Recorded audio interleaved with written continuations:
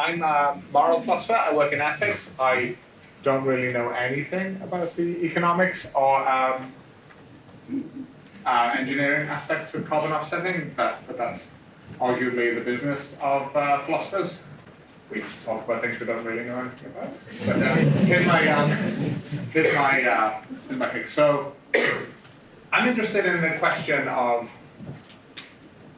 assuming that carbon offsets could get an organization to net zero emissions. Would that be morally okay? Would that be ethically okay? And in particular, is it morally better to reduce emissions or to emit and offset? Is there any difference between these two morally? And especially in the press, it's quite common to hear people dismiss offsets. So this quote at the offices of Travelcare and the full quote's owned by BP, places that sell offsets. You can now buy complacency, political apathy, and self-satisfaction, but you cannot buy the survival of the planet. And that's George Monbiot in an article in The Guardian from a few years ago. And he compared offsets to indulgences offered by the Catholic Church. And it's quite common to hear even people who don't agree with Monbiot and who are vaguely comfortable with offsets.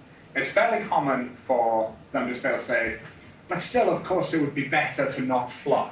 And this debate most often comes up in the press, at least when it comes to air travel. Because for most of us,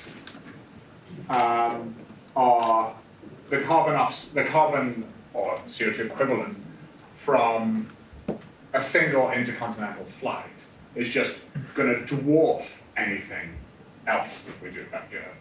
And so as a sort of signed up middle class person, I do feel a little bit silly, recycling my plastic and then booking a flight to the US. You could, the flight to the US would pay for 1,000 instances of not recycling. But I'm interested in this question of why. What's the moral difference?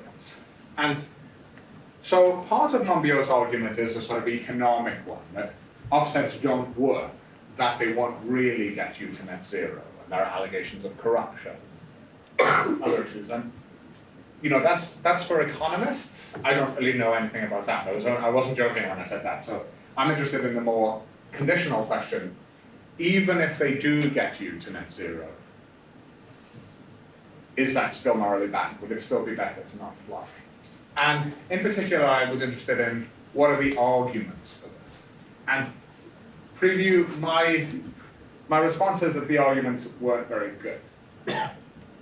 So one argument, which as you see in philosophical papers sometimes, and this really is about flying, is that offsets are only a viable means of allowing people to travel intercontinentally because so few people do them. So at the moment, for example, if you try and offset a round-trip flight to the US, you can do it for less than £50, a really pretty small amount compared to the cost of the ticket. But that's because there are so many cheap and easy wins in offsetting. If everybody who flew bought the offsets, the price would go up because the cheapest offsetting schemes would be used up quite quickly and we'd be onto more expensive offsetting schemes. And so the view then is that the jargon is offsetting depends on partial compliance. It only works because a few people do it. And my response to this effectively is, so what? Lots of things only work because a few people do it. The only reason the train I took into London tonight was a viable means of transport for me was that not everybody was trying to get on that train at the same time, although maybe it felt like it. And sure, perhaps if the price of offsets goes up and we reach a point where people can't afford to offset, then it would be morally wrong to fly without offsetting. But that doesn't, I think, judgment call, doesn't affect the moral acceptability of the offset I take now when it's still relatively cheap. Another problem, which I think is maybe a bit more threatening, is that if you offset, we tend to think of the atmosphere as sort of a big sink, and one piece of carbon is as good as another. My understanding of the science is a little bit sketchy, but to my understanding, that is not true. In particular, for example, if you fly, the carbon from the plane will be emitted at a certain time and at a certain place. And the offset carbon will be emitted at a different time and at a different place. And we'll never know who the people involved are, but it's at least plausible that although you're reaching net zero, what you're doing is you're harming some people to benefit others, to bring the balance out. And so, in many cases, this is not morally acceptable. So, we don't think that if I go out and kill someone, I can then redeem myself by saving someone's life. After all, I've reached net zero deaths, right? What's the problem? And that's at least some of the time. That's not a, if someone told you that, I killed this guy, so I felt guilty, but don't worry, I bought a death offset. you might, not want to be friends with that person. But seen in a certain light, offsetting can look a bit like that. And so there is a worry there about it. And I think this is a sort of threatening argument against offsetting.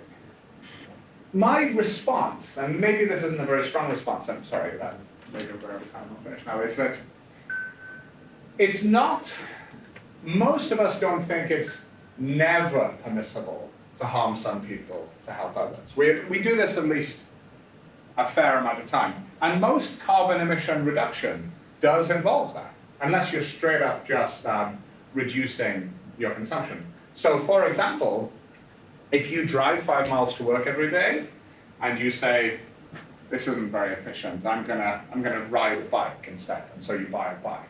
Well, the same issue arises there, right? Because the carbon that's emitted from manufacturing the metal, or if you're fancier, the carbon frame of the bike, is going to be emitted at a different time to the carbon that would have been emitted by your driving.